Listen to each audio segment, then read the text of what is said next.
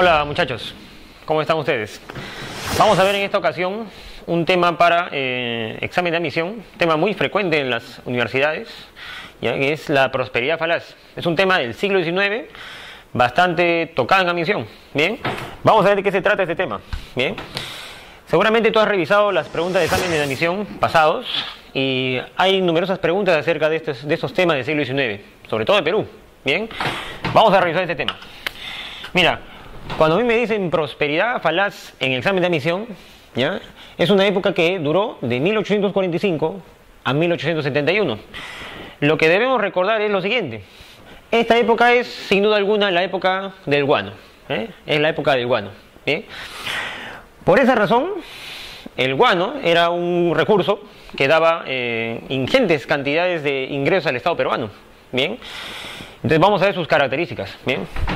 Lo primero que tenemos que ver es, lo primero que tienes que considerar es, ¿qué es la prosperidad falaz? ¿Qué es la prosperidad falaz? Bien, te hago una mención, mira, ¿te acuerdas de ese tema llamado el primer militarismo? Bien, esta prosperidad falaz es una parte del primer militarismo. Bien, es una época en que gobernaban militares. Por ejemplo, si te preguntan, el militar más famoso de esta época es Castilla, ¿no? Castilla. Bien, la prosperidad falaz es una época del primer militarismo, siglo XIX, ¿no? Después de la independencia, época republicana. Bien, y lo que nos pueden preguntar primero es, ¿qué es la prosperidad falaz? ¿Qué es la prosperidad falaz? Fácil. Mira este mapa. Acá en este mapa tenemos a América y por allá está Europa, ¿ya? Y acá tenemos al Perú. Si a mí me dicen prosperidad falaz, ese es el guano, ¿ya? El guano de isla. ¿Y dónde estaba este guano de isla? Estaba en todas las costas del litoral, pero sobre todo en tres islas muy especiales, conocidas con el nombre de las Islas de Chincha. Que lo voy a poner acá, ¿eh? Las Islas de Chincha. Bien. De esas tres islas salió prácticamente la totalidad de la cantidad de guano que el Perú vendió más que nada a Europa, ¿no? Los europeos eran los mayores compradores del Perú.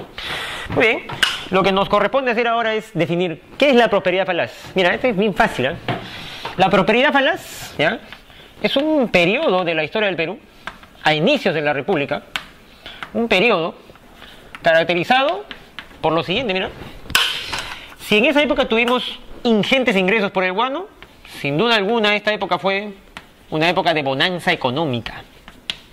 Época de bonanza económica. ¿Sí? El Perú tenía grandes riquezas. Y con el dinero que el guano nos dio, el Perú compraba de todo.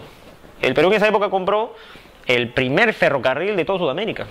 El Perú en esa época compró el primer barco a vapor de Sudamérica. ¿Bien? El Perú en esa época puso iluminación por primera vez en las calles de Lima. ¿Bien? Y el Perú tenía también una potente marina de guerra en esa época. ¿Bien? Había muchas cosas en esa época, ¿no? Con el dinero del guano se podía hacer de todo. ¿Bien? En ese sentido, sin duda alguna, una época de bonanza económica. Pero la pregunta es, si en esta época del guano, llamada la prosperidad, si en esa época el Perú tuvo ingresos ingentes, la pregunta es, ¿todos los peruanos tuvieron dinero del guano? ¿Todos los peruanos disfrutaron del dinero del guano? No es así. ¿Bien?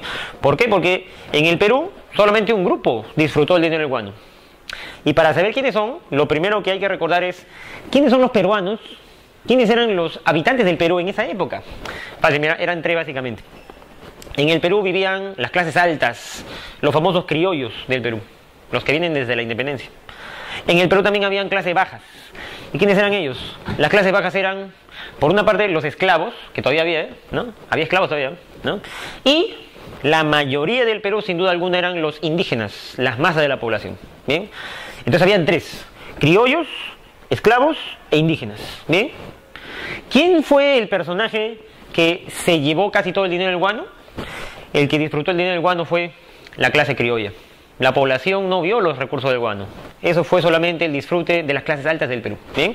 O sea, cuando me dicen prosperidad falaz, no es la riqueza de todos los peruanos. Es solamente la época de enriquecimiento de los criollos. ¿Bien? Solamente la clase alta del Perú disfrutó de este guano. Enriquecimiento criollo. ¿Bien? Enriquecimiento criollo. ¿Ves? ¿Te das cuenta? Entonces, en esta época muy especial de la historia del Perú, solamente las élites se beneficiaron, ¿eh? Bien, ahora, otra cosa de la prosperidad falaz, muy importante. Mira, fíjate, ¿eh? En esta época, el Perú tenía un recurso importante que era el guano, ¿bien? Y como el Perú tenía un recurso importante, va a haber personajes que quieran quitarle eso al Perú. Va a haber personajes que van a querer quitarle eso al Perú. ¿Y quiénes eran los que querían arrebatarle estas riquezas al Perú? Va a haber varios países que van a intentar quitarle esa riqueza al Perú. Por ejemplo, si tú ves el mapa, ¿eh? Si es el mapa, te preguntan, ¿no? En la prosperidad falaz, siglo XIX, ¿quiénes fueron los países del mundo que intentaron quitarle sus riquezas al Perú? ¿No? Te pueden preguntar, ¿no? ¿Qué países que ves acá? En América y en Europa más que nada, intentaron quitarle su riqueza al Perú. Por ejemplo, uno de esta cámara, Norteamérica, intentó quitarle el guano al Perú. ¿Cómo? Vamos a ver. Después, otro país que intentó quitarle su riqueza al Perú fue Gran Bretaña, la isla inglesa, que en esa época Gran Bretaña era la primera potencia del mundo, ¿eh? Y le intentó quitar su guano al Perú, ¿eh? ¿Cómo? Vamos a ver. Y otro país que intentó quitarle el guano al Perú fue un país que nos hizo la guerra en esta época. ¿Quién fue ese país? España. Hoy tú dirás, profesor, España antes nos había colonizado, ¿sí o no? Hace poco ya nos habíamos independizado. ¿Y otra vez viene España? Sí, otra vez viene España. Bien. En ese sentido, Gran Bretaña, Norteamérica y España intentaron quitarle sus riquezas al Perú. Por lo tanto, tú te preguntarás, si la riqueza del guano era de los criollos, y habrán personajes en el mundo que quieren quitarle al Perú esa riqueza, el criollo necesitará a alguien que lo proteja, ¿sí no? Alguien que lo proteja de las amenazas extranjeras. ¿Y quién protegía al criollo contra aquellos que querían quitarle su riqueza del guano? Fácil. En esta época aún gobiernan los militares, pues te dije, ¿sí no? Claro. En esta época aún hay militares. ¿Y los militares qué función tendrán en esta época? Proteger a la clase criolla contra sus adversarios externos. ¿Sí? Entonces, en esta época aún hay gobiernos militares. Ya hemos dicho al inicio, ¿quién es el militar más famoso de esta época? Castilla, ¿no? Así es. Y los militares buscarán proteger la riqueza del Perú contra las amenazas externas. ¿Bien? Ya está. Solamente nos falta una cosa nomás para terminar de definir correctamente la prosperidad falaz. ¿Y sabe qué cosa es? Justamente el secreto está en el nombre. Dicen prosperidad, riqueza, pero ¿por qué le dicen falaz? ¿Por qué le dicen falaz? Fácil, mira. Si es una prosperidad, riqueza falsa, ¿por qué fue riqueza falsa? ¿Sabe por qué? Porque toda la enorme riqueza que tuvo el Perú, ¿sabes en qué terminó? La enorme riqueza que tuvo el Perú, al final, en 1871, acabó en puras deudas. ¿Ya? De tanta riqueza que tuvimos, se acabó el guano, se acabó el dinero y nos quedó puras deudas. ¿Ya? Eso fue lo que pasó. Entonces, la riqueza se convirtió en una deuda externa. ¿Bien? Este periodo, prosperidad falsa, termina cuando el Perú no tenga dinero y tenga un montón de deudas. Es decir, termina en una enorme bancarrota fiscal. Y eso va a ser terrible para el Perú. ¿Sabe por qué? Porque cuando termina la prosperidad falaz, mira el año, 1871, se hace una pregunta. Mira, tú le sumas acá 8 años más. ¿Y qué empieza? 8 años más. ¿Y qué viene? Este año es clave, ¿sí o no? Y tú sabes, ¿sí o no? En ese año empieza la guerra con este país. La guerra con Chile. ¿Te das cuenta? Y si el Perú está en bancarrota, así no se puede afrontar una guerra, ¿sí o no? Y esa es una de las causas de la derrota del Perú. ¿Te das cuenta? Entonces es por eso importante comprender esta prosperidad falaz, porque nos va a ayudar a entender otros temas que vienen en la misión. ¿Te das cuenta? ¿Ves? Bien. Estoy seguro que tú sabías esto, ¿no? Claro. Entonces estamos refrescando, ¿ves? Ya está. Bien, entonces esa es la prosperidad falaz. Oye, pero ahora te hago una pregunta más, ¿eh? Una pregunta más.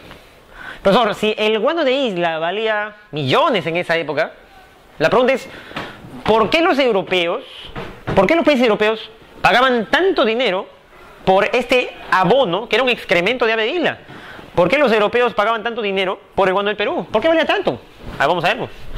Para saber por qué los europeos pagaban tanto dinero por él, hay que ver qué está pasando en el mundo. Hay que ver qué está ocurriendo en el mundo. Hay que ver el contexto mundial. Ese es fácil. En estos años, siglo XIX, ¿qué está pasando en el mundo? Fácil. En los países de Gran Bretaña, Francia, Alemania, Estados Unidos y Japón se está desarrollando la industria en base al combustible petróleo. Se está desarrollando la industria en base a la electricidad. Se está desarrollando la química. Esa es la época de la segunda revolución industrial. ¿Bien? Y en esa época de segunda revolución industrial, Gran Bretaña, Francia, Estados Unidos, Alemania y Japón, ellos eran los que compraban guano. Bueno, Japón no, pero el resto sí.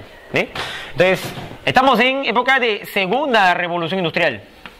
Oye, profesor, una pregunta, pero si esos países son industriales, ¿por qué compraban guano si el guano es para la agricultura?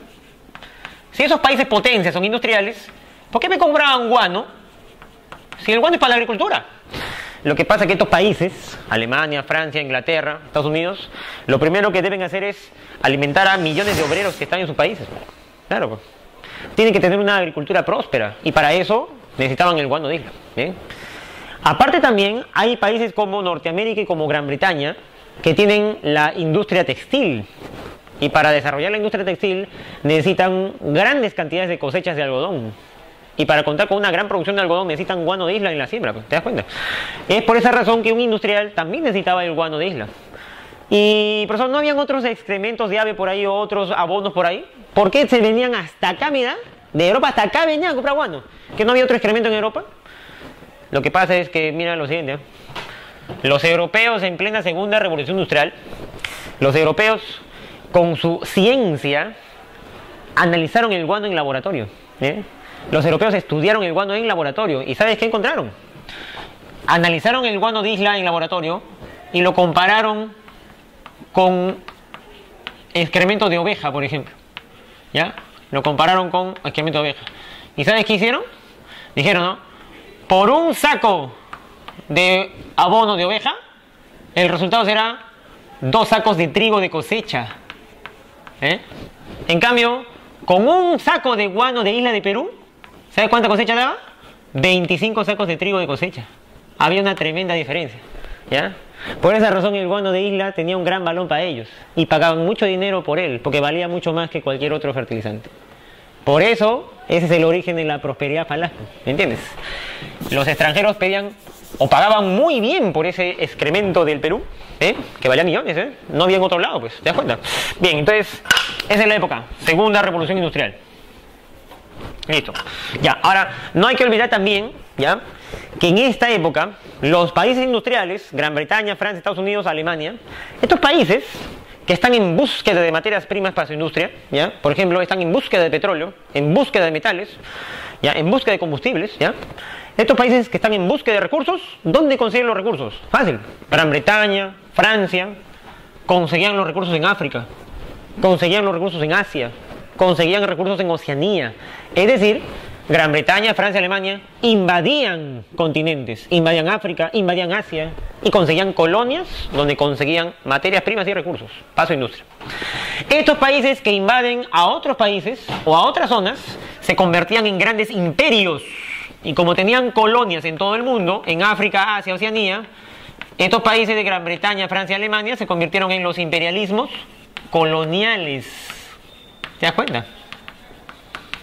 Imperialismos coloniales. Bien, por esa razón entonces, ¿ya?, estos imperialismos, ¿ya?, al buscar materias primas en el mundo, se expandían, teniendo colonias en todo el mundo. Bien, esta es la época que se está desarrollando en el mundo justo cuando el Perú está en prosperidad falaz. Bien, y esa época nos ayuda a entender por qué valía tanto el guano. Bien, ahora vamos a otra cosa. Bien, es conocido que en exámenes de admisión, por ejemplo en San Marcos, bastante preguntan características. ¿Cuáles son las características de una época? ¿Cuáles son las características del Neolítico o de la corriente libertadora? ¿O cuáles son las características del periodo arcaico? ¿No? Siempre preguntan así, ¿no? Entonces, ¿cuáles son las características de la prosperidad falaz?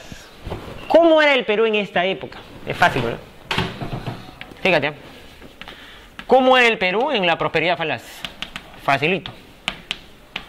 ¿Cuáles son las características del Perú de esta época? Bien fácil, ¿no? Mira, primera característica, y no te olvides que cuando vemos características, siempre hay que verlo en aspectos, ¿eh? Aspecto económico, aspecto social, aspecto político, aspecto ideológico. ¿Cuáles son las características de la prosperidad falaz? Vamos a ver. Primero, característica económica. Característica económica. Mira, económicamente, ¿cuál era la característica del Perú de estos años? Bien fácil. Si el Perú vendía guano de isla, lo que nos interesa saber es cómo vendía ese guano. ¿De qué formas el Perú vendía el guano? Bien, porque si recordamos cómo vendía el guano el Perú, vamos a saber por qué ganaba tanto dinero. ¿Ya? Ya, primero, mira, observa. ¿Cuál fue o cuáles fueron las formas de venta de guano de isla en esa época de prosperidad falaz? Vamos a ver. Formas de venta del guano. Formas de venta del guano de isla. ¿Cómo vendió el Perú su guano? A los europeos. Para ganar dinero. El Perú vendió el guano de tres maneras. Perú vendió el guano de tres maneras. ¿Y cuáles son esas maneras? Primero lo mencionamos ya.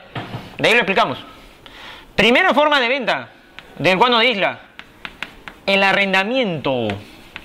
Arrendamiento. Segunda forma de venta del guano de isla. La consignación. La consignación. Tercera forma de venta del guano de isla. El famoso monopolio. El monopolio. Ya, ahora te explico. ¿Cómo fue cada modo de venta y en qué consistió? Mira, fíjate. El primer modo de venta que el Perú usó para vender su guano fue el arrendamiento. ¿Ya? ¿Y cómo es eso? Arrendamiento es alquilar, pues, ¿sí o no? ¿Ya? ¿Y cómo se alquiló eso? Fácil, mira. ¿Te acuerdas que había un presidente llamado Gamarra? ¿No? ¿Te acuerdas? Que era así dictador y todo. Ya. En la época de Gamarra, en su segundo gobierno, ¿ya? En el segundo gobierno de Gamarra, ¿sabes lo que hizo? Había un comerciante en el Perú, había un comerciante peruano, bien astuto, llamado Francisco Quirós. Y ese comerciante peruano le propuso un negocio al presidente Gamarra. Y le dijo lo siguiente: presidente Gamarra, ahí en las costas del Perú hay unas islas que nadie usa, ahí nadie vive, hay unas aves guaneras nomás. Como el Estado peruano no lo usa, alquílamelas, dijo Quirós, el comerciante, al presidente peruano. Alquílame las islas, dijo Quirós al presidente de Perú, a Gamarra. Alquílamelas y yo te pago un alquiler cada mes por las islas. Ahí nadie vive. El presidente del Perú necesitaba ingresos, él le dijo: ya, te alquilo las islas, ¿ya? Y Quirós le alquilaba las islas. Quirós le pagaba al Estado peruano un alquiler cada mes y Gamarra cobraba. Pero Quirós no pagaba nada, ni un centavo, por todo el guano que se llevaba a Europa y lo vendía allá. Quirós hizo millones y el Estado peruano cobraba un pequeño alquiler, ¿no?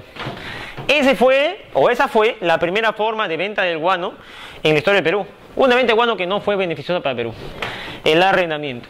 ¿Bien? ¿Qué pasó después? Después de Gamarra, después de que Gamarra deja el gobierno, dicho sea de paso, Gamarra murió en Bolivia, ¿no? Tratando de invadir. Después del gobierno de Gamarra, ¿quién vino al Perú? Vino Castilla, Ramón Castilla. Y cuando Ramón Castilla vio cómo Quirós se enriquecía y el Perú no recibía casi nada, Ramón Castilla anuló el contrato de arrendamiento. Dijo: esto no, anuló. Hay que hacer otro contrato. ¿Y qué hizo Castilla? Castilla dijo lo siguiente: mira, en las islas de Chincha está todo el guano. Eran cerros acumulados de guano durante miles de años. Eran como montañas de guano, ¿ya? Entonces la idea era, ¿sabes cuál es la idea? Primero, esos cerros de guano había que picarlo. Había que extraer el guano, ¿ya? Había que picarlo, pues. Y para picarlo necesitamos un montón de jornaleros y eso requiere dinero, pues. Hay que pagar a cientos de trabajadores que trabajan en las islas picando todo el día. Bien. Y Castilla dijo: ¿quién tiene dinero para invertir en extracción del guano? Esa fue la pregunta. Luego, ese guano que hemos extraído de las islas, hay que pagar y contratar barcos para llevarlo a Europa. Transporte. Ese guano que ya está picado ya, ese guano que está extraído, lo ponemos en un barco y hacia Europa a venderlo. Y Castilla dijo: ¿quién tiene dinero para contratar barcos y transportar el guano a Europa? Ese es el problema. ¿Quién tiene dinero para invertir en extracción y transporte de guano? ¿Ya? Cuando Castilla le preguntó a los peruanos: ¿algún peruano tiene dinero para invertir en el guano? Nadie tenía. Porque como tú recordarás, los criollos del Perú estaban quebrados. ¿Y cuándo quebraron? Quebraron en la independencia, pues. Porque San Martín y Bolívar les pidieron cupos de guerra. Estaban quebrados. Los peruanos no podían asumir esa inversión. Fue por eso que Castilla dijo: si no hay peruanos que puedan asumir la inversión, ¿algún extranjero tiene dinero para invertir en extracción y transporte de guano? Y rápidamente se presentó un extranjero. ¿Quién era? Un inglés llamado Anthony Gibbs. Se presentó rápidamente ante Castilla y dijo, ya, yo tengo dinero. Dijo, yo invierto en extracción y transporte, dijo el inglés Gibbs. Este era el dueño de una empresa de barcos, una empresa de comercio llamada la Casa Gibbs, que hacía comercio con el Perú con sus barcos. Tenía dinero por eso. En ese sentido, Gibbs y Castilla hicieron un trato. ¿Y sabes cuál fue el trato? El trato fue así, ¿eh? Castilla y Gibbs dijeron lo siguiente. ¿Ya? Castilla dijo, ya, el trato es este. Gibbs pone el dinero, él pone el dinero para extraer y transportar. Y cuando el guano se lleve a Europa, Gibbs lo vende. Y una vez que lo venda, Gibbs trae todo el dinero al Perú. Y acá en el Perú lo repartimos. ¿Y cómo lo repartimos? Por su trabajo de haber invertido y de haber vendido el guano, Gibbs gana una comisión. ¿Y cuánto era comisión? 6% de la ganancia. Y el otro 94% de la ganancia lo ganaba el Estado peruano.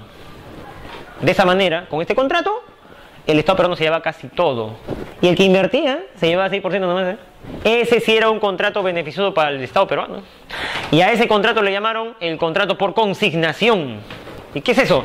El contrato por consignación era un contrato para venta de guano donde el Estado peruano usaba a un intermediario entre Perú y Europa. ¿Bien? Y con ese intermediario, el Perú ganaba un 94% de la ganancia, ¿ves? Y ese sí era beneficioso para el Perú. Bien, ¿con quién se hizo la consignación? Con el inglés Gibbs. Él fue el primer consignatario del Perú. Pero después de ese inglés, va a venir un consignatario peruano, que va a aparecer en escena. El consignatario peruano, Manuel Pardo. Entonces van a haber varios, ¿ya? Este fue un buen contrato para el Perú. Y por último, va a llegar un momento en que los consignatarios dejaron de ser solventes para el Perú. Va a llegar un momento en que los consignatarios dejaron de ser solventes para el Perú. Y cuando los consignatarios ya no sean solventes, ¿qué hará el gobierno del Perú? ¿Qué harán los presidentes peruanos? Fácil. Cuando los consignatarios ya no sean solventes, le entregarán el guano a alguien que tenga bastante dinero, que tenga bastante solvencia económica. ¿A quién le dieron el guano? A cambio de dinero. Se lo dieron a un francés llamado Augusto Dreyfus. A él le dieron todo. Le dieron todo el guano. Y de tal manera que pasó lo siguiente. Dreyfus se quedó con todo el guano a cambio de una ingente suma de dinero para el Perú. ¿Bien? Y como él se quedó con todo el guano, a esa venta le llaman el monopolio del guano, que fue la tercera y última forma de venta de esta época. ¿Bien? También nos dio dinero. ¿Bien? Entonces, esas son las tres formas de venta de guano de isla que tuvo el Perú. Listo. Característica económica. Ahora mira, el Perú de esta época también tiene otras características.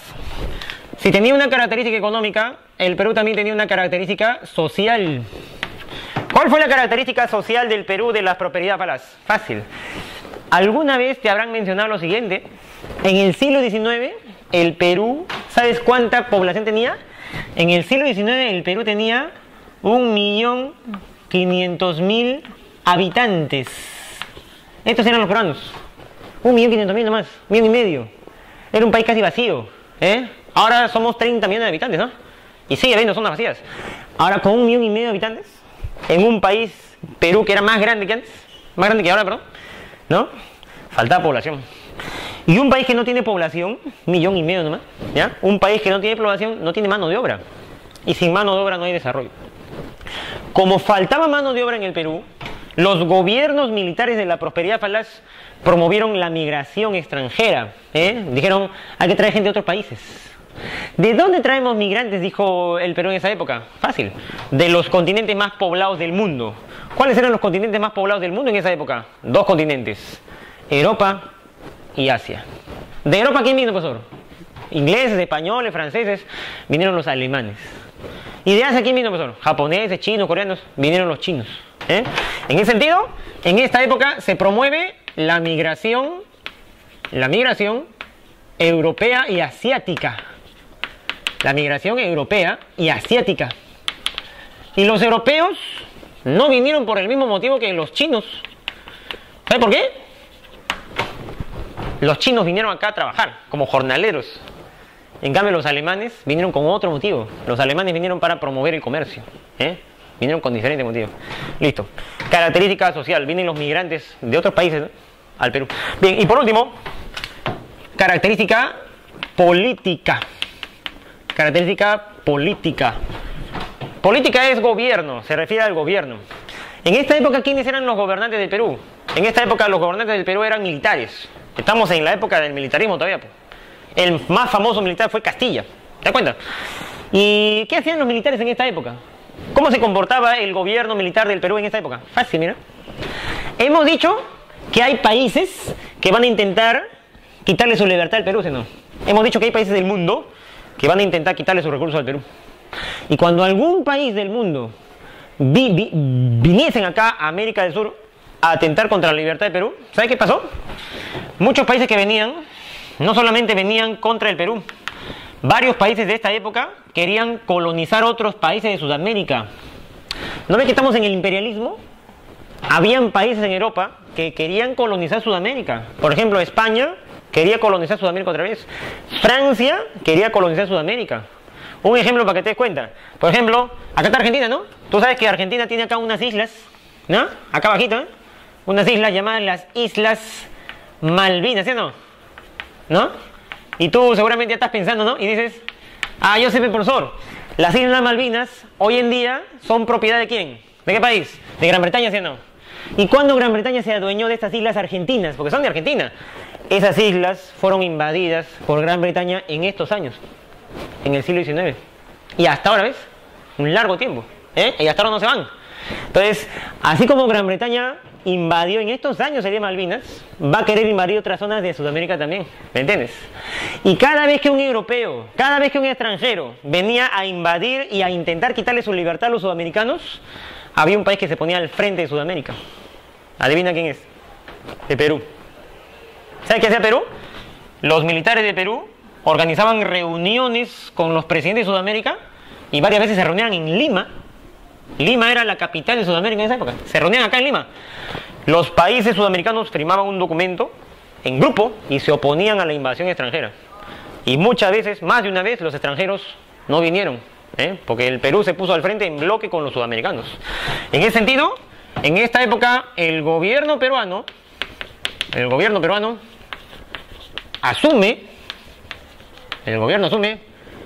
la defensa de Latinoamérica.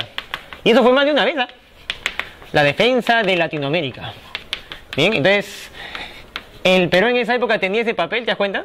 ¿No? Y ahora más bien en la actualidad, como que el Perú no puede defender mucho, ¿no? Pero en fin, en ese sentido, date cuenta cómo era el Perú y qué poder alcanzó, incluso poder político alcanzó, ¿no?, en esa época. Muy bien, ahora, ya que ya sabemos las características, ahora sígueme esta parte, mira, ahora vamos a ver la historia de la prosperidad falaz. Hemos explicado ya en qué consistía, hemos explicado ya qué era la prosperidad falaz, hemos explicado en qué época del mundo se ha dado, bien, y hemos visto sus características también, ¿ya? Y las tres maneras de venta, no te olvides, ¿eh?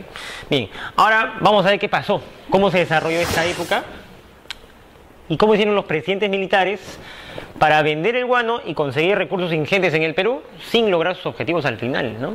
Porque esta es prosperidad falaz, ¿no? Bien, para ver la historia de la prosperidad falaz, ¿ya?, para comprender la historia de la prosperidad falaz, o sea, cómo se desarrolló, primero hay que ubicarnos en la época, ¿ya? Primero hay que ubicarnos en los periodos. Y para ubicarnos en los periodos hay que trazar una línea de tiempo, ¿eh? Mira, acá está tu línea.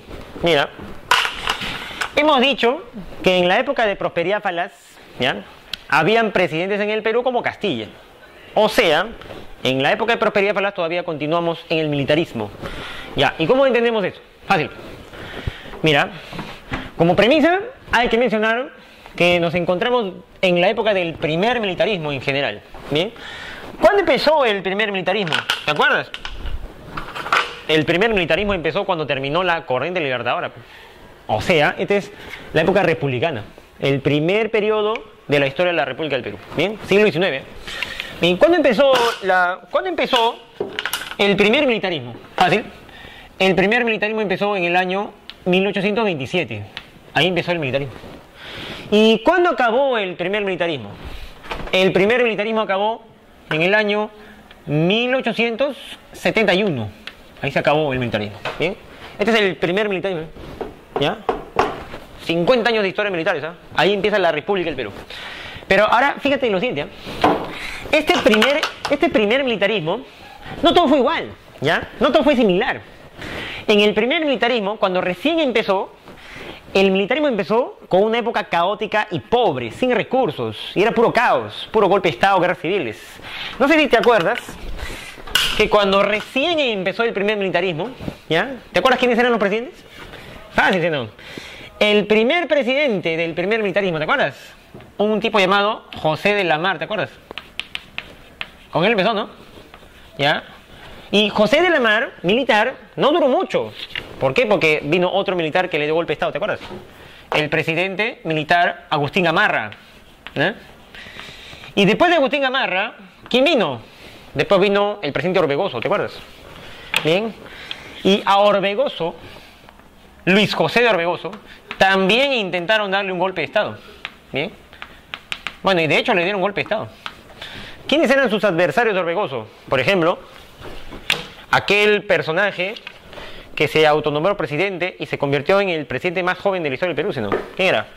Felipe Santiago Salaverry, muy bien. Felipe Santiago Salaverry. Bien. Entonces, si tú te acuerdas de los inicios del primer militarismo, ¿no? Había un presidente, le daban golpe de Estado. Había un presidente, le daban golpe de Estado, ¿no? Era una época caótica, por golpe de Estado, guerra civil. Y en esta época el Perú no tiene recursos. Acá no hay guano todavía. No tienen guano ellos, ¿eh? ¿Ya? Era la época pobre del Perú y sin recursos. Y con puro caos, ¿bien? ¿Y a esa época cómo le llamamos? Vamos a darle un nombre, ¿eh? Vamos a darle un nombre. A esta época le vamos a poner el nombre de los primeros gobiernos. Los primeros gobiernos. ¿Y quiénes eran esos primeros gobiernos? Fácil, pues acá lo tienes. La Mar, Gamarra, Orbegoso, Salaverry. ¿Y en qué terminó todo este caos? Este Perú sin recursos. Tú sabes que todo acabó en un acontecimiento muy especial que viene en admisión. ¿En qué acabó todo esto? Todo acabó con el dominio de un militar llamado Andrés de Santa Cruz. Todo acabó con el dominio de un militar llamado Andrés de Santa Cruz. ¿Y Andrés de Santa Cruz qué hizo? Fácil. Si tú ves el mapa acá, Andrés de Santa Cruz fue el militar que controló Perú y Bolivia. Es decir, el que organizó la Confederación Perú-Boliviana, ¿eh? ¿Sí o no? Y esa Confederación Perú-Boliviana, controlada por Santa Cruz, ¿qué le pasó? Otra guerra atravesó. ¿Quién destruyó la Confederación? Acá abajito, Chile, ¿sí o no? ¿Eh? El gobierno chileno destruyó la Confederación, ¿sí o no? Otra guerra, ¿eh? Era una época caótica, época de caos, no teníamos recursos, problemas por todos lados, ¿bien? Esos es los primeros gobiernos, ¿bien? Pero estos primeros gobiernos, ¿cuándo se acaban? Los primeros gobiernos se acabaron en 1845. ¿Y por qué ahí se acabó esa etapa caótica, sin recursos, país pobre? Ahí se acabó, ¿sabes por qué? Porque a partir de este año, ¿ya? Viene Castilla. Y con Castilla empieza la prosperidad, ¿no? O sea, con Castilla empieza la riqueza del guano, ¿eh? Claro. Entonces ahí empieza la prosperidad falaz. La prosperidad falaz. ¿Te das cuenta? Entonces ahí empieza la prosperidad falaz. La época del guano, la riqueza, que nos va a llevar a un sinnúmero de deudas, ¿bien? Cosa que ya hemos explicado, ¿sí o no? Bien, entonces, en el primer militarismo hay dos etapas. El Perú pobre y el Perú rico. El Perú caótico y el Perú con ingentes recursos. La prosperidad falaz, ¿eh? ¿Te das cuenta? Entonces son dos etapas del militarismo, ojo. Y para completarlo más todavía, para entenderlo más todavía, ¿qué está pasando en el mundo cuando estos acontecimientos ocurren en el Perú? ¿Qué está pasando en el mundo mientras en el Perú se desarrolla el primer militarismo? Fácil, pues. ¿Te acuerdas los primeros gobiernos caóticos? ¿Y te acuerdas de la Confederación Perú-Boliviana de Santa Cruz? ¿Con quién quería hacer comercio Santa Cruz, te acuerdas? Con la primera potencia del mundo. Acá en el mapa, Gran Bretaña, si no. ¿Y por qué quería hacer comercio con Gran Bretaña? Porque Gran Bretaña se encontraba en una etapa muy especial de su historia, ¿sí o no? Gran Bretaña se encontraba desarrollando su primera revolución industrial, ¿sí o no? La primera revolución industrial inglesa. Y como Inglaterra era un país muy próspero, el Perú quería ponerse en contacto con Gran Bretaña e Inglaterra. ¿Y cómo era ese contacto? A través del comercio. ¿Sí? Entonces, en esta época buscábamos estar conectados con Gran Bretaña e Inglaterra. Sin embargo, cuando estamos en prosperidad falaz, cuando llegamos a la prosperidad falaz, El mundo ha cambiado, ¿sí? ¿Qué está pasando en el mundo ahora en los años de la prosperidad falaz? ¿Por qué el mundo nos compra tanto guano? Porque ahora los países industriales necesitan el guano, ¿no? Explicamos, ¿no? ¿Y por qué? Porque los países industriales están ahora en la segunda revolución industrial. ¿Ya? En la segunda revolución industrial. Para abastecer de alimentos a los millones de obreros de Europa, necesitan guano para su agricultura. Para producir materias primas como el algodón para la industria textil, necesitan guano para su agricultura. Entonces es necesario, por eso nos compraban, ¿te das cuenta? Entonces, lo que está pasando en el mundo nos ayuda a entender lo que pasa en el Perú. Ellos nos compraban el guano a grandes precios. Ya está. Y no te olvides también que los países industriales de esta época, ¿ya? Los países de la segunda revolución industrial, Japón, Estados Unidos, Gran Bretaña, Francia, Alemania, son países que en búsqueda de recursos invadían otras zonas. En búsqueda de recursos invadían otros continentes y colonizaban el mundo. ¿A esos países cómo le llaman? Países que tienen colonias. Los imperialismos. ¿Quiénes eran los imperialismos de esta época? Otra vez. Los imperialismos son Gran Bretaña, sus colonias, Egipto, por ejemplo, ¿no? Canadá, por ejemplo, Australia, por ejemplo. Francia es otro imperialismo, sus colonias, Vietnam, por ejemplo, Argelia, por ejemplo, ¿no? Y así. Alemania también era otro imperialismo, sus colonias, Camerún, por ejemplo, ¿no? Y así. Japón era otro imperialismo, sus colonias, Corea, por ejemplo, ¿no? Estados Unidos era otro imperialismo, sus colonias, Cuba, por ejemplo, Filipinas, por ejemplo, ¿no? Lo trataban como colonia. En ese sentido, los imperialismos de esta época. ¿Bien? Ya. Ahora, veamos lo que va a pasar en el Perú. Fíjate, ¿eh? Observa. Oye, y nuestro objetivo va a ser el siguiente, mira. Mira. Cuando se termine la prosperidad falaz, cuando acabe, y cuando se termine también el militarismo, ¿qué vendrá? ¿No? ¿Qué va a venir después? ¿En qué va a acabar todo? Eso hay que ver, vecino. Claro. Esa va a ser la conclusión. ¿Bien? Vamos a ver. Ya. Vamos a ver cómo se desarrolló esta prosperidad falaz. ¿Bien? La prosperidad falaz, después de tanto caos, la prosperidad falaz empieza con Castilla. ¿Ya? La prosperidad falaz empieza con Castilla. Oye, ¿y Castilla, tú me dirás, gobernó una vez nomás? No. Castilla gobernó 2 veces. Veamos entonces cómo empezó esto, con Castilla. Oye, pero fíjate, ¿eh? Mira, observa. Para entender mejor la prosperidad falaz, para entenderlo mejor, ¿ya? Para estudiar mejor el proceso histórico de esta prosperidad falaz, vamos a dividirlo en 3 etapas pequeñas, ¿ya? Para entender mejor la prosperidad falaz, vamos a dividir a esta prosperidad falaz en 3 periodos pequeños, en 3 periodos que nos van a ayudar a entender mejor. ¿Cuáles son o en qué periodos podemos dividir a la prosperidad falaz? Fácil, mira. Primer momento de la prosperidad falaz. El primer momento de la prosperidad falaz es los gobiernos de Castilla, ¿ya? Sin duda alguna, este es el primer momento. El momento en que el Perú se desarrolló bastante porque tenía dinero de guano. Y en realidad no era un desarrollo. La cosa es que el Perú compraba todo lo que necesitaba con el guano. No lo hacíamos, lo comprábamos. ¿Bien? Entonces, eran los gobiernos de Castilla. Los gobiernos desde el año 1845 hasta el año 1862. ¿Bien? Los gobiernos de Castilla. Segundo momento. El segundo momento de la prosperidad falaz, ¿cuál va a ser? Fácil. El segundo momento de la prosperidad falaz va a ser la guerra con un país europeo que nos quería colonizar otra vez. La guerra con España. Otra vez nos querían colonizar. Claro. Y vienen otra vez a hacerle la guerra al Perú. La guerra con España. Y por último, la prosperidad falaz va a terminar con el gobierno del último militar del militarismo. El último militar de la prosperidad falaz. El que va a tratar de salvar al Perú de la bancarrota. El gobierno del coronel José Balta. El gobierno del militar Balta. Bien. Y con él va a terminar todo. Listo. Bien, entonces son 3 momentos. Los gobiernos de Castilla, la guerra con España y el gobierno de Balta. Bien. Ya, ahora veamos el primer momento. Los gobiernos de Castilla. Bien. Es bien fácil, mira. ¿Cómo se desarrollaron los gobiernos de Castilla? Fácil. Castilla lo primero que hizo es establecer un contrato del guano, un contrato de venta del guano beneficioso para el Perú. ¿Cómo se llamó el contrato de venta del guano que Castilla estableció? ¿Te acuerdas? La consignación, ¿sí o no? Y ya habíamos explicado la consignación, ¿te acuerdas? ¿No? Entonces Castilla estableció la consignación, el sistema de consignación. Oye, y una cosa, ¿te acuerdas quién fue el primer consignatario que usó el Perú? ¿Te acuerdas? Un inglés, ¿sí o no? El inglés llamado Anthony Gibbs, el empresario inglés dueño de la casa Gibbs. ¿Ah? ¿Te acuerdas cuál era el trato? Él invertía dinero para extraer el guano, lo transportaba a Europa, lo vendía en Europa, luego regresaba con el dinero y acá se repartía, ¿sí, no? ¿Cuánto le tocaba a él? 6%, ¿sí, no? Su comisión. ¿Y cuánto se llevaba el Estado peruano? 94%. El Estado peruano se llevaba todo. Y ahí estaba la prosperidad. Ahí recién el Perú empezó a tener ingresos y ahí recién el Perú empieza a hacer los gastos. Pero ¿sabes qué pasó? ¿Sabes qué pasó? El problema fue, tú te preguntarás, ¿en qué gastó el Perú el dinero? ¿En qué gastó el Perú el dinero? De tal manera que al final va a ser una falsa prosperidad. ¿En qué gastó el dinero?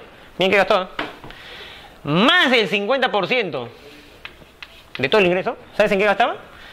Más del 50% del ingreso se gastaba en la burocracia estatal. ¿Qué cosa es burocracia? Burocracia son los que trabajan para el Estado. Burocracia es los militares que trabajan para el Estado, el presidente. Burocracia son los congresistas. Burocracia son los ministros. Bien, y todos ellos recibían sus salarios, o perdón, sus emolumentos con el dinero del guano. En esos sueldos, en emolumentos, para la burocracia, ahí se gastó más de la mitad del dinero del guano. No se invirtió en fábricas o en transporte de ferrocarriles, aunque sí se compró, pero la mayor cantidad del dinero del guano se invirtió en eso, ¿ves? Se gastó, más bien dicho, ¿bien? Entonces fue un gasto superfluo, es una salida nomás, ¿me entiendes? Entonces ahí se gastó, ahí se fue todo el dinero. Como se gastaban casi todo en sueldos de la burocracia, el Perú se quedaba sin dinero, rápidamente lo gastaba todo. Y como Castilla rápidamente gastaba el dinero que Gibbs le traía, ¿ya? Castilla decía, si no tenemos dinero, ¿qué hacemos? Fácil, pues. A Gibbs le pedían dinero y le decían, Gibbs, tú todos los años, le decía Castilla, todos los años me das el 94% del dinero del guano, ¿no? Tú todos los años me das el 94% del dinero del guano, le decía Castilla. Como ya nos gastamos el 94% de este año, Castilla le decía a Gibbs, Gibbs, adelántame el 94% del próximo año, ¿ya? Adelántame, porque el de este año ya me lo gasté ya. Adelántame, por favor, el 94% del próximo año. ¿Bien? Y es por esa razón que Gibbs le adelantaba al Estado peruano, es decir, le prestaba dinero. ¿Bien? Y cuando Gibbs le adelantaba el 94% del próximo año, el gobierno se lo gastaba otra vez. ¿Bien? Y el Estado peruano decía, ya, adelántame otra vez. ¿Ya? Y Gibbs le dice, ya, otro adelanto. Y el Estado peruano se lo gastaba otra vez. Y Castilla, otro adelanto, por favor. Y así Gibbs empezó a darle adelantos y adelantos y adelantos al Estado peruano. Y el Estado peruano se endeudaba, porque gastaban mal el dinero. ¿Me entiendes? En ese sentido, debido a esos adelantos, el Perú se va haciendo de una nueva deuda. O sea, la riqueza, la enorme riqueza, solamente sirvió al final para crearnos una nueva deuda. ¿Me entiendes? Mal gastado, mal administrado. Y al final, ¿qué va a pasar? Seguramente ya te imaginarás. Al final, tantos adelantos, va a pasar lo siguiente, pues. En este año, el guano se acabó. ¿Y qué va a quedar? Va a quedar la deuda, ¿no? Y ahí va a venir la falacia de esta prosperidad, pues. Falsa prosperidad, por eso. ¿Me entiendes? Entonces, se gastó mal. Bien, entonces, Castilla empezó su gobierno con el contrato con Gibbs, la consignación. Bien, Gibbs le traía dinero a Castilla y Castilla hacía sus gastos. Bien, ahora la cosa es, Castilla dijo lo siguiente, ahora que tenemos dinero, ¿qué hay que hacer? Hay que empezar a pagar las deudas. Hay que empezar a pagar las deudas. ¿Bien? Y Castilla dijo, ¿con quién tenemos deudas? Tenemos deudas con dos personajes. ¿Con quién, por ejemplo? Tenemos deuda externa. Sí. ¿Con quién tenemos deuda externa? Tú ya sabes con quién, ¿no? Teníamos una tremenda deuda con los británicos. Y esa deuda venía desde la independencia. ¿Te acuerdas que San Martín pidió prestado, no? Claro. Se empezó a pagar. ¿Bien? Se empezó a pagar la deuda externa con Gran Bretaña. Pero no solamente se tenía deuda externa con otros países. También había una deuda externa, una deuda interna. También existía una deuda interna. Y la pregunta es, mira, sácate a Perú, teníamos una deuda externa con Gran Bretaña. ¿Con quién teníamos una deuda interna? O sea, dentro del Perú había una deuda, sí. ¿Con quién o a quién se le debía dinero dentro del Perú? Fácil. Dentro del Perú se le debía a aquellos criollos que habían prestado dinero en la independencia. muchos criollos fueron obligados a dar dinero y recursos a San Martín y Bolívar para mantener la guerra de independencia. Y a esos criollos el Estado peruano les tenía que devolver lo que prestaron en la independencia. Bien, muchos criollos del Perú tenían sus documentos firmados con la firma de San Martín y Bolívar, y ahí estaba acreditaba todo lo que ellos habían prestado. Bien, por eso que había una deuda interna. Bien, en ese sentido, Castilla en esta época dijo: hay que pagarle a los criollos lo que se les debe desde la época de independencia. Y para pagarles a los criollos hay que hacer lo siguiente. Bien, Castilla en esa época dio una ley que ordenó pagar a los criollos lo que se les debía desde la época de la corriente libertadora. Esa ley fue conocida como la Ley de la Consolidación. La Ley de la Consolidación. ¿Bien? Una ley que ordenó pagarles a los criollos lo que se les debía desde la época de la independencia y emancipación. Bien, los criollos del Perú empezaron a cobrar el dinero. ¿Y cuál es el requisito que le pedían? Los criollos del Perú solamente tenían que presentar su documento, un documento con la firma de Bolívar y San Martín, porque Bolívar y San Martín les dejaron un documento, ¿bien?, firmado, y en esos documentos estaban todo lo que ellos habían prestado en la independencia. Si presentaban ese documento, el Estado les pagaba, y muchos criollos empezaron a cobrar. ¿Y a cuánto ascendía esa deuda interna? La deuda interna ascendía a 5 millones de pesos de la época. Esa era la deuda interna, y Castilla lo empezó a pagar. ¿Bien? ¿Qué más hizo Castilla en su gobierno? Castilla en su gobierno dijo también: falta mano de obra en el Perú. En el Perú había 1 millón de trabajadores, un millón de habitantes nomás. 1 millón de habitantes. Como había poca mano de obra, Castilla dijo: traigamos inmigrantes. Traigamos migrantes de Asia. Y por eso que el Estado peruano de Castilla dio una ley. La Ley de Migración China. La Ley de Migración China. Una ley que ordenó promover la migración de asiáticos al Perú para destinarlos a las haciendas del Perú. Faltaban trabajadores. ¿Bien? La Ley de Migración China. A los trabajadores chinos que vinieron al Perú se les dio un nombre. ¿Y cómo se les llamó? Se les llamó los culíes. ¿Qué significa eso? Significa colono chino. ¿Bien?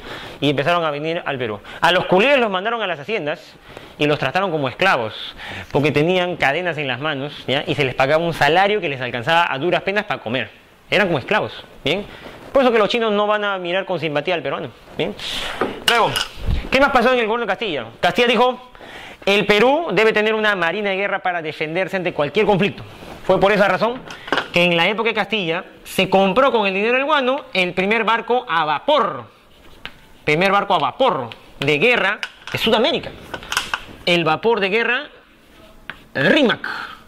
¿Bien? Entonces el Perú estaba a la vanguardia. ¿Bien? Compramos tecnología. ¿Bien?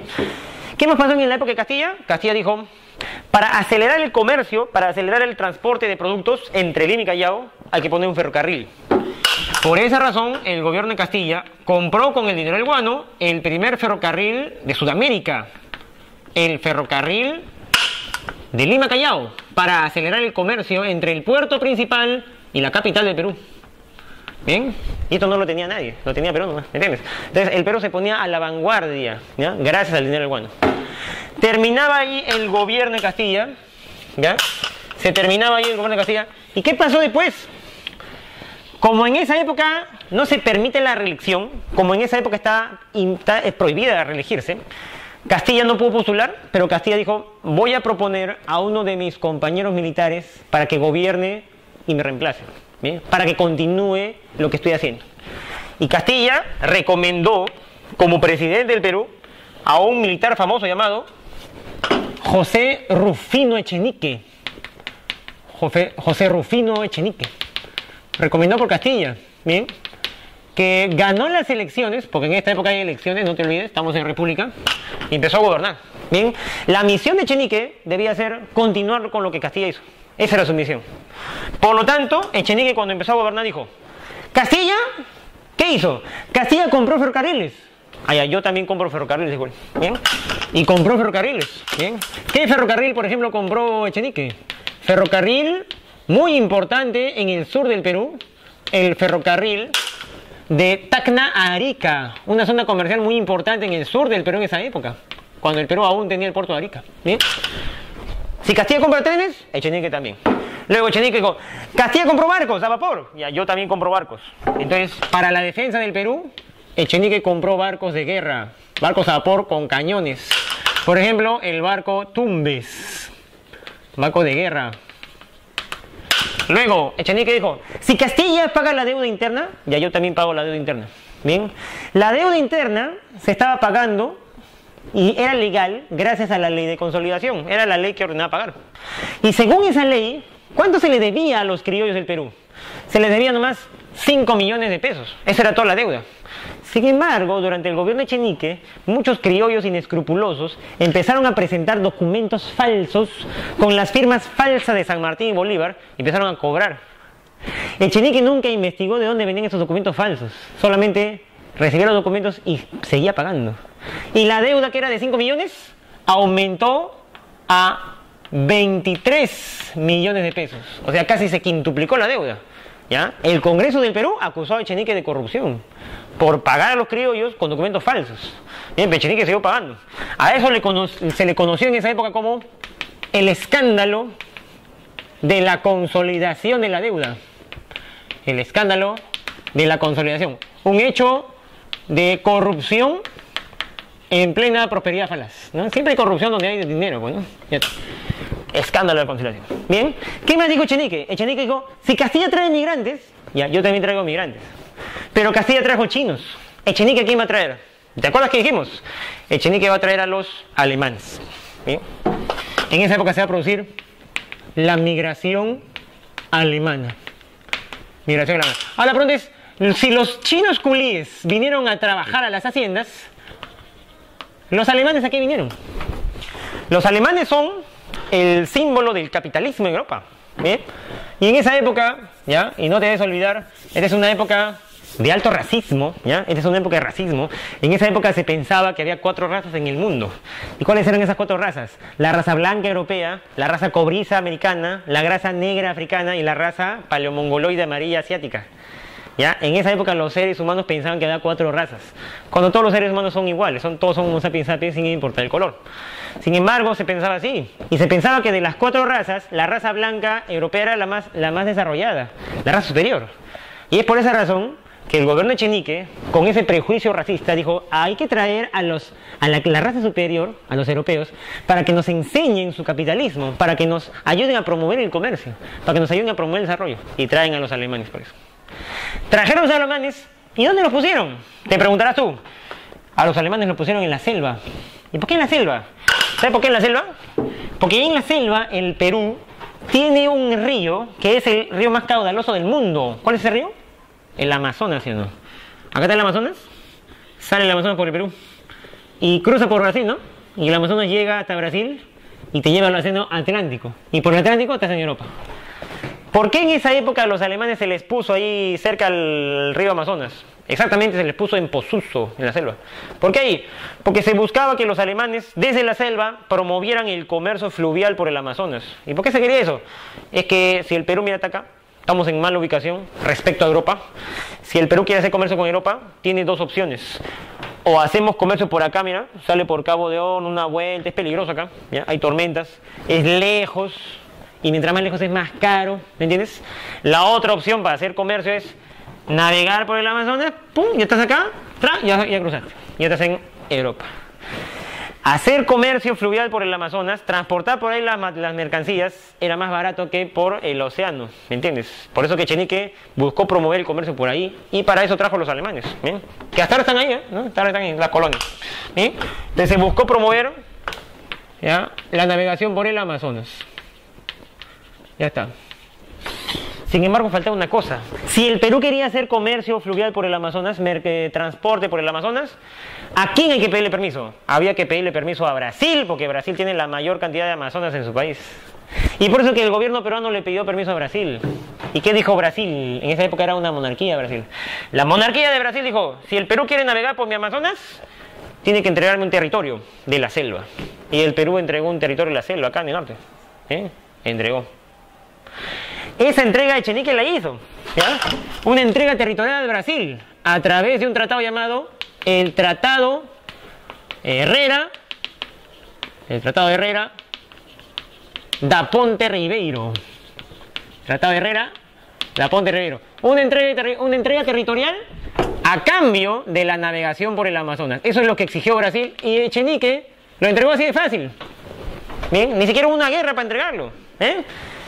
El ejército peruano, ¿ya?, criticó mucho al presidente, porque el ejército es el que protege las fronteras. El ejército criticó a Echenique por ese trato mal hecho. Y el Congreso de la República lo acusó de corrupción por el pago de la deuda interna. Por esa razón, mucha gente se oponía a Echenique. Y por esa razón que en Arequipa, el que lo puso, ¿ya?, Castilla, ese lo va a sacar. Castilla organizó una rebelión en Arequipa, vino con sus tropas hasta Lima y derrotó a Echenique en una batalla llamada la batalla de La Palma. ¿Bien? Y Echenique se va del gobierno y Castilla vuelve. Bien, ahí se desarrolla el segundo gobierno de Castilla. Bien, el segundo gobierno de Castilla. ¿Y qué pasó en este segundo gobierno de Castilla? Mira, aquí va a pasar una cosa muy interesante. En el segundo gobierno de Castilla pasó lo siguiente. Mira, fíjate, tengo una pregunta así rápida. Mira, en el segundo gobierno de Castilla la pregunta es: ¿quiénes son los que se están enriqueciendo con el dinero del guano? ¿Quiénes son los que están recibiendo el dinero del guano en esa época? ¿Te acuerdas? ¿Quiénes son los que están cobrando dinero por la deuda interna? Los criollos del Perú, ¿sí o no?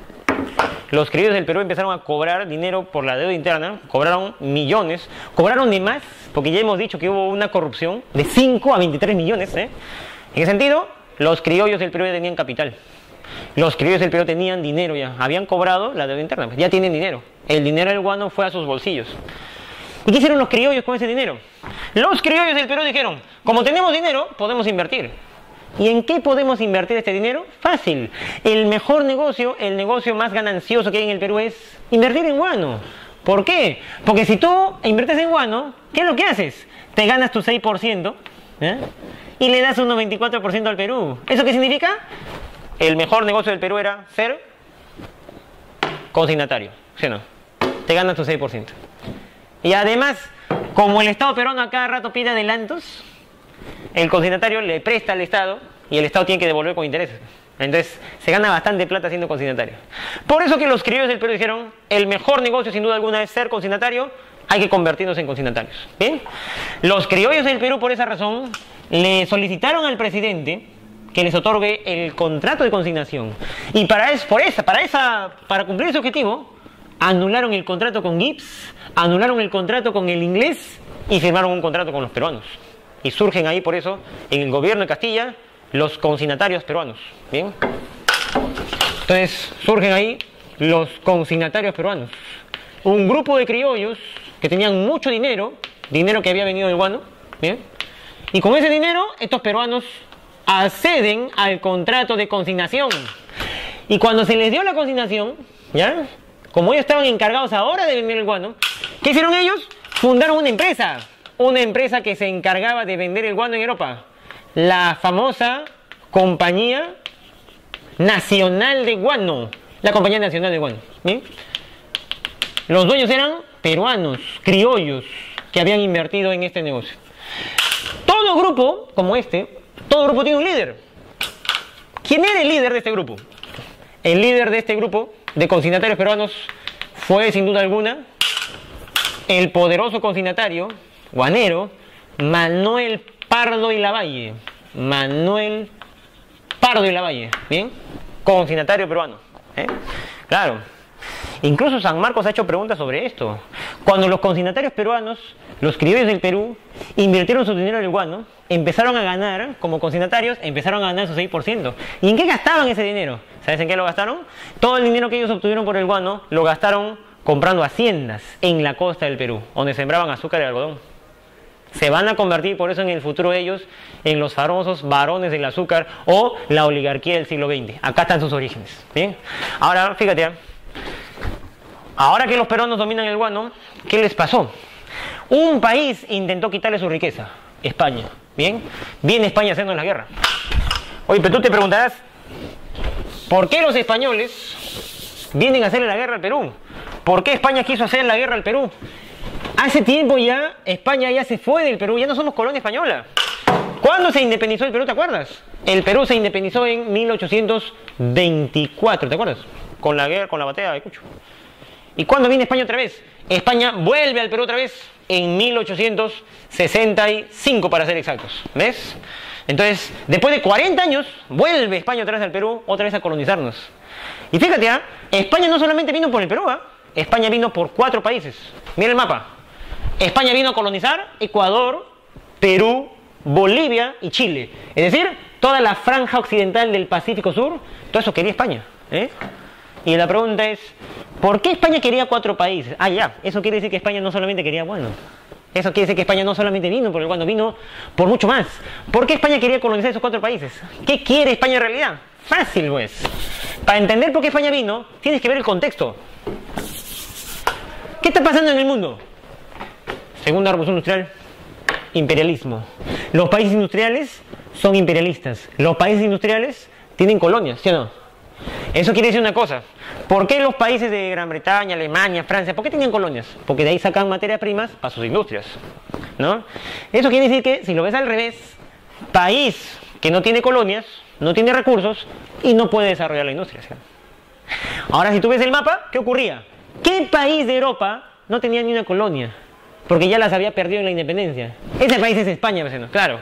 España perdió toditas sus colonias, toditos sus virreinatos 40 años atrás. Ya no tenía ni una. Y como España no tiene colonias, por lo tanto no tiene recursos y tampoco tiene desarrollo industrial, pues, ¿me entiendes? Mientras Gran Bretaña, Alemania, Francia sí tienen colonias, tienen recursos y tienen desarrollo industrial, España no lo tiene.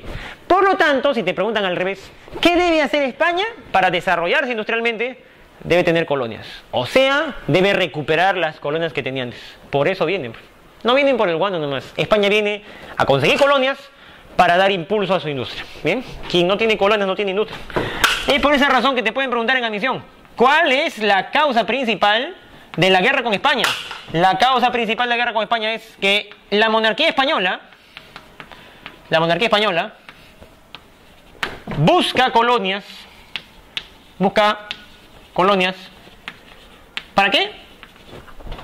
Para impulsar su industria, para su desarrollo industrial. Ese es su objetivo. O sea, no vinieron acá por el guano nomás, porque si quisieran guano en última instancia, los españoles lo comprarían, ¿no? Claro, pero no vinieron a eso. Vinieron a colonizar países. Y querían colonias para su desarrollo industrial. Ese era su gran objetivo, recuperar lo que antes había tenido. Listo. Ahora la cosa es, los españoles cuando vienen aquí, ¿cómo lo hicieron para venir? ¿Cómo hicieron para hacer una guerra contra estos países? Contra Bolivia, Ecuador, Perú y Chile. Fíjate, así nomás no se puede venir, España así nomás no puede venir acá a Sudamérica a hacer la guerra. ¿Por qué? Porque acá en Sudamérica y acá en América hay países que se van a oponer. Cada vez que los europeos venían a América, hay países que se van a oponer. Ya sabemos nosotros que el Perú siempre se oponía a las invasiones externas. Pero aparte del Perú, había otro país en América que tú conoces bien, un país que no permitía que los europeos vengan. Un país de América que decía, europeos ya no vengan ya. ¿Por qué? Porque América es para los americanos. América es para los americanos. América, ¿quién dice eso? Norteamérica, ¿te acuerdas? Norteamérica decía eso. América es para los americanos. ¿Cómo se llama esa idea? La famosa doctrina Monroe. ¿Te acuerdas? ¿No? La doctrina Monroe. El presidente James Monroe hace tiempo ya había dicho, ¿no? Europeos ya no vengan ya, porque América es para los americanos. Esa era una frase con doble sentido, ¿no? ¿Por qué? Porque Norteamérica, al decir América para los americanos, en realidad quería decir, ya no vengan ya porque esto es mi futuro mercado, sino para vender mis mercancías industriales acá, sino es mío. Y ustedes no. Entonces, esa era. Por eso que si España venía a hacer la guerra, podía ganarse un conflicto con Estados Unidos. O Estados Unidos no lo hubiera permitido. ¿Bien? Entonces España dijo, si no podemos ir directamente a atacar, ¿qué hacemos? Vamos disfrazados, vamos camuflados. ¿Y cómo se disfrazó España? Fácil, pues. En esta época en que Gran Bretaña, Francia, Alemania buscan materias primas, ¿ya? ¿Cómo hacen para buscar materias primas? Los europeos buscan en el mundo, pero no mandan aventureros o exploradores. Los europeos para buscar materias primas en el mundo mandan a sus científicos. Ejemplo, Gran Bretaña, ¿a quién envió a estudiar el mundo, la naturaleza? Envió a Darwin. Y Darwin exploró varias zonas del mundo y estudió la naturaleza, buscó materias primas por ahí. ¿Quién fue otro científico enviado por los europeos? Fácil, Alemania en esa época envió a un científico que se dio la vuelta al mundo buscando materias primas, recursos, científico que llegó al Perú también. Y ese alemán estudió el Perú de esquina a esquina e incluso llegó a las islas de Guano. Y fue el científico que descubrió el valor de Guano Isla. ¿Quién fue? Alexander von Humboldt, ¿sí o no? Y muchos más. Italia envió a Antonio Raimondi. Y así, en ese sentido, en esta época Europa envía a sus científicos al mundo a buscar recursos. En esa época en que Europa envía a sus científicos, España dijo, ya, yo también envío mis científicos entonces. Yo también envío científicos. Por esa razón que España, para venir camuflados acá a Sudamérica, ¿qué hicieron? En 11 barcos cargaron botánicos, zoólogos, físicos, químicos, matemáticos, lingüistas, historiadores, de todo.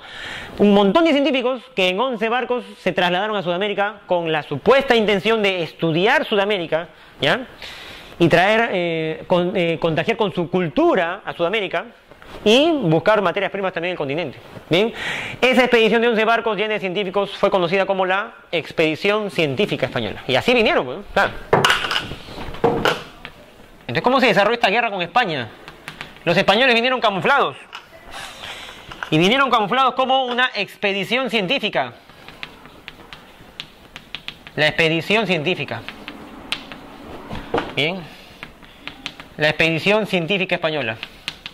11 barcos cargados de científicos españoles. Supuestamente vinieron a investigar. Ahora, ¿qué ocurrió con esta expedición científica? Fácil. La expedición científica llegó primero a Argentina. Luego se dio la vuelta por Cabo de Hornos, llegó a Valparaíso, Chile, luego fue al Callao, luego fue a Panamá y después de Panamá regresó al Perú. En todo ese recorrido se demoraron 2 años estudiando el continente. Y cuando regresaron al Callao ya se iban a despedir para irse, ¿ya? Pero estando en el Callao ya para irse, justo ahí encontraron el pretexto para quedarse. ¿Y cuál fue el pretexto? El pretexto es bien conocido, ¿sí o no? Justo cuando la expedición científica estaba acá en el Callao, justo en ese momento, en Piura, en una hacienda llamada la Hacienda Talambo en Piura, murió un español. Murió un español ahí. Un español que era el capataz de la hacienda y que fue asesinado por los jornaleros porque era muy explotador.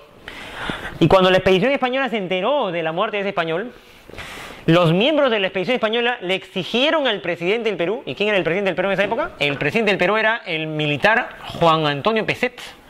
Le exigieron a Peset que pudieran entrar los españoles, que le permitan entrar los españoles con jueces para investigar quién había matado a ese español, que era súbdito del rey de España, o de la reina de España, Isabel. En ese sentido, Peset, ¿qué dijo? Peset dijo, ya, que vengan los españoles. Y España, la expedición científica, ¿a quién envió? La expedición científica envió a un juez. ¿Y cómo se llama ese juez? El juez se llamaba Eusebio Salazar. Eusebio Salazar.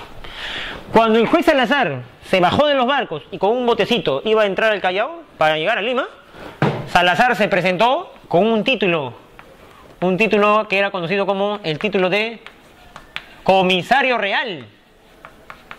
¿Ya? Y Salazar llegó al Callao y dijo, soy comisario real, vengo a investigar la muerte de ese español.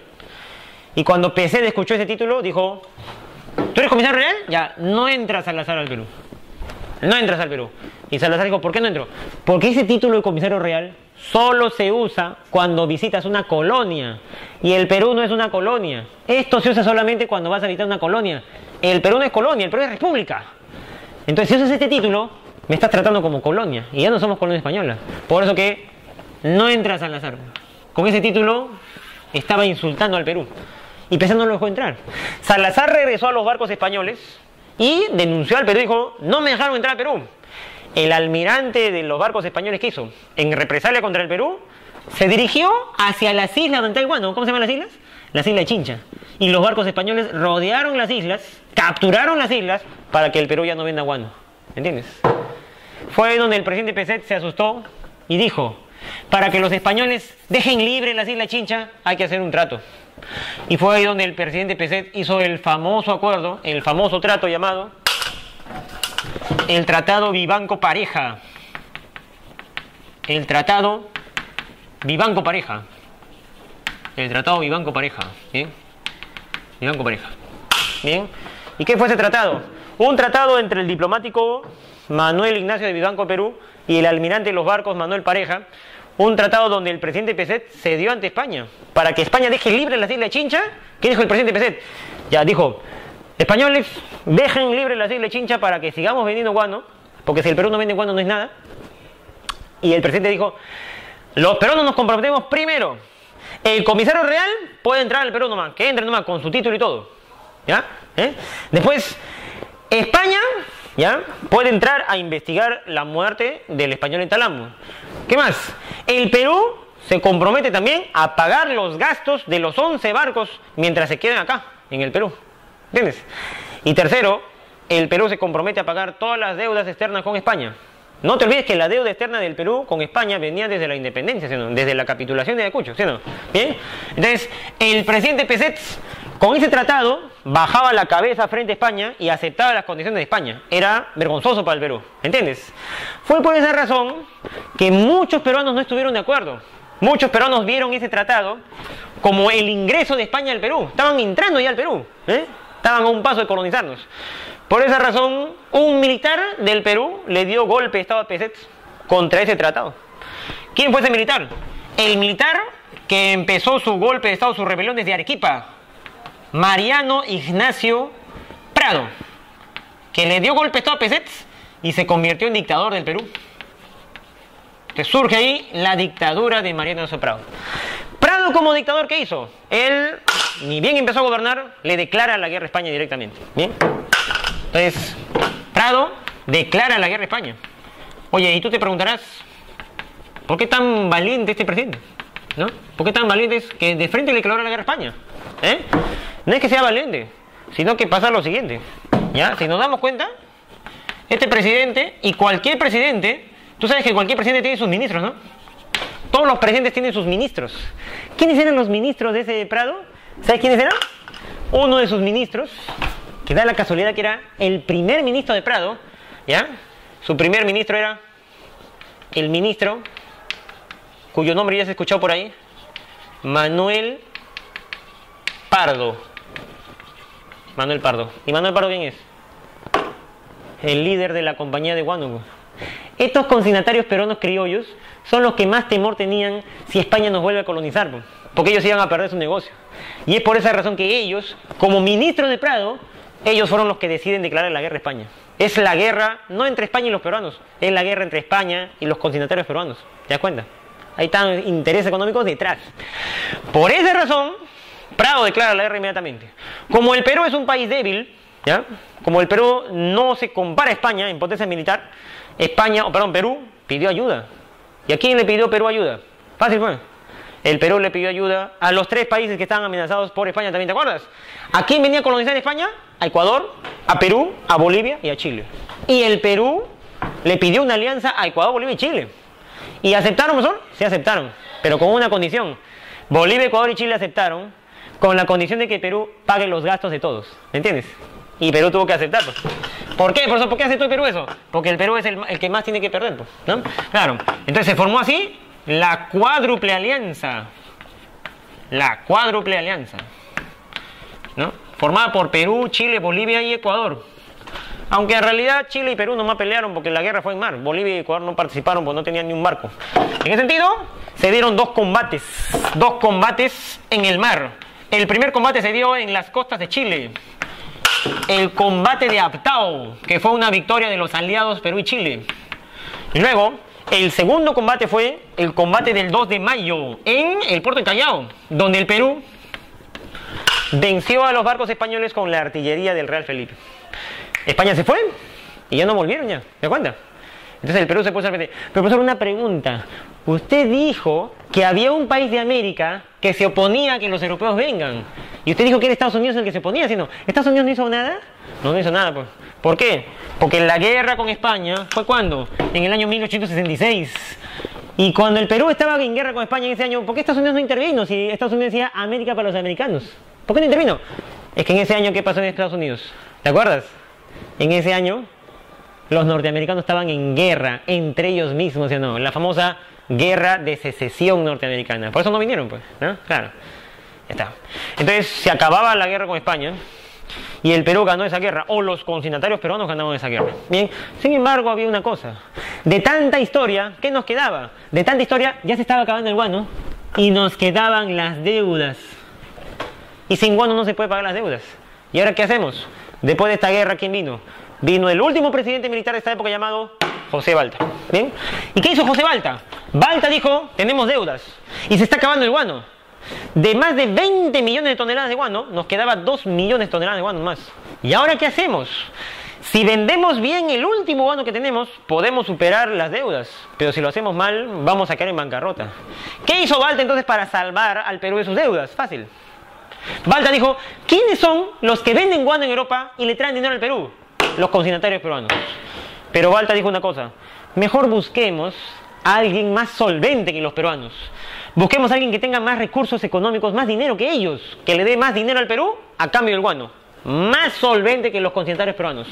¿Y Balta qué hizo? Balta entró en negociación con un empresario francés, dueño de una casa comercial europea, que era una empresa comercial monopólica en el mundo, llamado Augusto Dreyfus, que tenía más dinero que los peruanos. Sí. Y es por esa razón que Balta hizo un negocio con Dreyfus. Y el negocio fue el siguiente. Dreyfus dijo, si ustedes peruanos me dan todo su guano, yo a cambio, ¿sabe qué le doy? Primero, a la firma del contrato, les pongo 2 millones de soles en la mesa. A la firma del contrato. ¿Eh? Segundo, cada mes, ya no cada año como hacen los consignatarios, sino cada mes les doy mensualidades en dinero. Cada mes, mensualidad para sus gastos. Y tercero, les pago toda su deuda externa. Deuda cero. Entonces nadie ofreció más que Dreyfus. Y es por eso que Balta dijo, ya toma todo el guano. Y vino el dinero otra vez. Pero ¿quién perdió el guano? Lo perdieron los consignatarios peruanos. Se le quitó el guano a ellos y se le entregó a Dreyfus a cambio de más dinero. Como Dreyfus se quedó con todo el guano, a esa forma de venta de guano le llamaron el contrato del monopolio del guano. El famoso contrato Dreyfus. El contrato Dreyfus, que está viniendo bastante en admisión, ¿sí o no? El contrato Dreyfus, que en otras palabras era el monopolio del guano. ¿Bien? Ese contrato Dreyfus, ¿ya?, que era el monopolio, era el contrato con un francés que nos dio dinero a cambio de guano, de todo el guano, y nos pagó toda la deuda externa, o intentó hacerlo. ¿Bien? ¿Y qué pasó con ese contrato, profesor? ¿Dio resultado? Al final no resultó. ¿Sabes por qué? Porque así como los presidentes le pedían adelantos a Gibbs, ¿ya?, o sea, adelántamelo el próximo año, con Dreyfus hicieron lo siguiente. Cuando Dreyfus nos daba dinero, el Perú lo gastaba todito, y le decían a Dreyfus, del próximo mes, adelántame la próxima mensualidad, pues. Adelántame el otro mes, y el Perú otra vez volvió a los adelantos, y otra vez deuda. Y ya se había acabado el guano ya. Y por eso quedó deudas nomás. Bien, entonces este contrato fue bueno, pero tampoco funcionó porque se gastaba mal el dinero. Bien, bien. Sin embargo, antes de que se acabe el dinero, ¿en qué se gastó el dinero del guano? Al final, Balta dijo, el dinero del guano hay que gastarlo en inversión, en ferrocarriles, para movilizar las materias primas del Perú. Y se construyeron ferrocarriles en el Perú. ¿Cuántos se hicieron? Cerca de 11 ferrocarriles en todo el Perú. ¿Ya? Ferrocarriles que unían a la sierra y a la costa más que nada. Bien. Claro, los ferrocarriles servían para sacar el azúcar de las haciendas al puerto, el algodón de las haciendas al puerto, los metales de la sierra al puerto. Tenía muchas ventajas. Bien. Pero hubo un problema. El problema de los ferrocarriles era el que los construyó. ¿Quién construyó los ferrocarriles? El que construyó los ferrocarriles era un contratista norteamericano que también era un mafioso buscado por la justicia de su país, Henry Meigs. Él fue el que vino acá al Perú a hacer ferrocarriles, bien, y fungía de empresario ferrocarrilero, compraba las piezas en otros países y lo armaba acá, a cambio de un dinero que le daba el Perú, millones, y los hizo mal. Los ferrocarriles no servían. Uno nomás servía, el ferrocarril de Lima a La Oroya, que ni siquiera llegaba a La Oroya. Los demás ferrocarriles eran inservibles, tan incompletos, no andaban, ¿no? Eran como el tren eléctrico hace años, no andaban para nada. Fueron un gasto inútil y además, por si fuera poco, estos ferrocarriles costaban tan caro que con todo el dinero que Dreyfus nos dio, no alcanzaba para comprarlos. Los ferrocarriles se compraron a deuda y como no funcionaron, se convirtieron en una deuda más para el Perú. Y entonces se sumaban las deudas. Todo era un fracaso para el Perú porque no sabían administrar, le dan el contrato a un mafioso. ¿Me entiendes? Como ya no había guano y el Perú tenía deudas, solamente quedaba una solución. ¿Y cuál fue la solución que Balta dio? Fácil. Ya no hay guano en la isla de Chincha, se acababa, pero acá mira, en el sur del Perú, en esta colita del Perú, que ya no tenemos, en el sur del Perú apareció un nuevo recurso, el famoso salitre. ¿Y qué es el salitre? El salitre son como rocas en el desierto del sur del Perú, en la zona de Tarapacá del Perú, ¿me entiendes? Es el salitre. Esas rocas, que son como rocas de piedra, de barro, perdón, lo derrites, lo disuelves en un pozo de agua y queda arena. Esa arena es el salitre. ¿Y para qué sirve? Sirve como el guano de fertilizante. ¿Y para qué sirve? Sirve para hacer pólvora también. ¿Ya? Entonces tenía muchos usos y por lo tanto tenía un gran valor en el mercado, era más caro que el guano. ¿Ya? Y le podía dar dinero más que el guano al Perú, ¿me entiendes? Por eso que Balta dijo, la solución, vender salitre. Y empezó la venta del salitre. Pero ¿cómo se hizo para explotar el salitre? Fácil. Para explotar el salitre ocurrió lo siguiente. Como en el Perú Balta le da los recursos a los extranjeros, por ejemplo, el guano se lo dio a Dreyfus, al francés, Balta dijo, el salitre también hay que dárselo a los extranjeros. Entregar el salitre a extranjeros que nos den dinero a cambio. ¿Y a quién se lo entregamos? Fácil. Así como el guano se lo dimos a Dreyfus, el salitre se lo vamos a dar a empresas chilenas e inglesas. ¿Me entiendes? Que nos den dinero a cambio. Entonces el salitre fue concesionado a empresas chilenas e inglesas. Que da la casualidad que estas empresas chilenas e inglesas trabajaban juntas. Los ingleses y los chilenos hacían negocios juntos muchas veces. Estas empresas chilenas e inglesas venían a Tarapacá, ¿bien? Les daban en concesión el salitre y ellos vendían el salitre al mundo y le daban una parte al Perú. Consecuencia, el guano y el salitre quedaron en manos de extranjeros. Consecuencia, los peruanos perdieron el control de los recursos. Fue por esa razón que los ex consignatarios peruanos que ya no tenían el guano, ¿qué hicieron? Dijeron lo siguiente, antes el militar me daba los recursos a mí, dijo el criollo peruano. Ahora el militar Balta me quita los recursos y se los da al extranjero. ¿Qué hacemos entonces? Fácil. Para que nosotros los peruanos recuperamos los recursos del Perú, para nuestro grupo, tenemos que gobernar el Perú. Para que los peruanos recuperemos los recursos, tenemos que gobernar el Perú. Fue por eso que los ex consignatarios, con su líder Manuel Pardo, ¿qué hicieron? Dijeron, hay que postular en elecciones para desplazar a los militares y gobernar el Perú. Por esa razón, los ex consignatarios del guano fundan un partido político, el primer partido político de la historia del Perú, el Partido Civil. ¿Bien? ¿Y este Partido Civil qué hizo? Ese Partido Civil mandó como candidato a las elecciones al líder de los ex consignatarios del guano. Mandó como candidato a las elecciones de 1871 a Manuel Pardo y Lavalle, líder de los ex consignatarios, el más poderoso de todos ellos.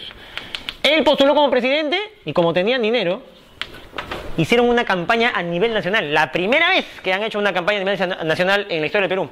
Y ganaron por eso, pues. ¿Ya? Ganaron por eso. Cuando él ganó la presidencia, se convierte en el primer presidente civil del Perú. Es por esa razón que aquí resolvemos la última pregunta que teníamos. ¿Qué va a pasar después? Se van los militares y empiezan los gobiernos civiles. Surge ahí el primer civilismo. Para terminar, ¿cuál será la herencia que los militares le dejan al civil? La herencia serán una herencia, las deudas. Los militares le dejan la deuda a los civiles y los civiles tendrán que solucionar eso. ¿Bien? Y además, los civilistas, ex consignatarios, que ahora son presidentes, tienen un objetivo. ¿Cuál es su objetivo?